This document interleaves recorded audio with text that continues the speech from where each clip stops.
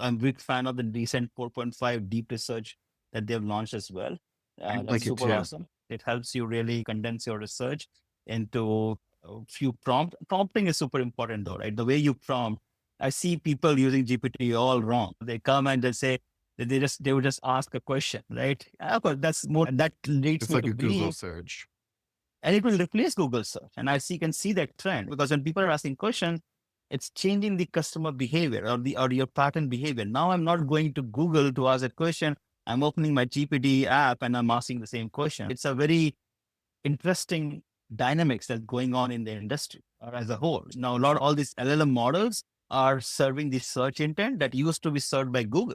Google is trying to fight back with Gemini and trying to get AI on top of its search engine. AdWords. How that's going to shape up in future, right? And company startups like us, how we position ourselves that we come in that LLM model when GPT is trying to serve your search intent, right? How do I get picked up by Google?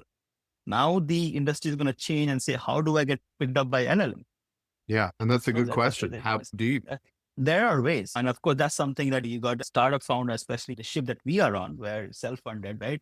We got to be on top of everything that's organic. We don't have stash of money to spend on marketing. Organic traffic, organic customers where we don't have to pay money is our best friend. We got to make sure that we are on top of the trend. Yeah. I just upgraded from the basic paid into the operator account for the podcast and everything else I'm working on. Nice. I think I did it yesterday, so I'm trying to figure out how to use it.